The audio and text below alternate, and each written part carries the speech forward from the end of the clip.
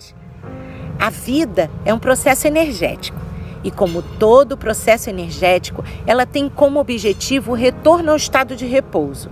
No texto A Alma e a Morte, o último capítulo do livro A Natureza da Psique, Jung traz a figura geométrica da parábola como uma metáfora para ilustrar o processo biológico natural do desenvolvimento. A perturbação que mencionei gera o movimento, através do nascimento e o crescimento.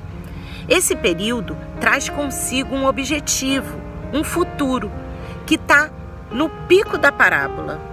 Ao alcançar o pico, o caminho biológico tem uma mão única. A vida desce montanha abaixo. E isso, pelas leis da física, acontecem com a mesma intensidade que subia antes da meia-idade. A partir desse momento, a meta final não está mais lá no cume, mas na base, no retorno ao repouso. A curva psicológica da vida parece que não quer se submeter às mesmas leis. A discordância já começa na subida. Em nossa dificuldade de sair da base, acabamos por permanecer apegados à infância.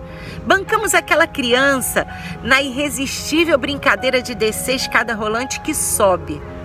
Esse movimento contrário, impulsionado pelo próprio medo da vida, nos paralisa, nos retarda frente ao objetivo de alcançar o cume. Mas, quando finalmente lá chegamos, queremos nos deter no alto. Mas é chegada a hora e a energia vai aos poucos cessando. E na hora secreta do meio-dia da vida se inverte a parábola e nasce a morte, dando início à segunda metade dessa parábola da vida.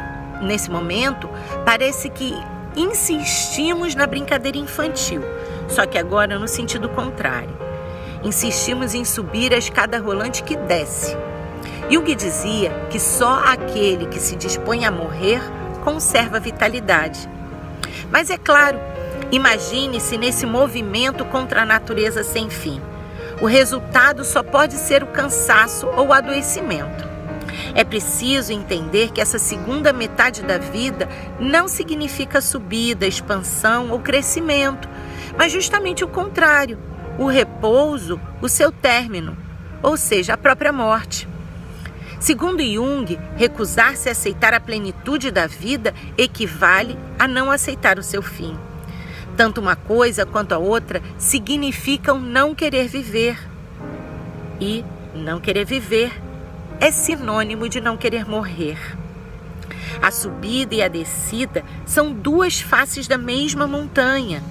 Jung considera a morte como a realização plena do sentido da vida, a sua verdadeira meta, e não uma mera seção sem sentido. Jung nos traz uma questão interessante, que da mesma forma que nos preparamos para a plena expansão da existência individual, deveríamos ser preparados também para o seu fim. Mas a morte e o envelhecimento continua sendo tabu na nossa cultura.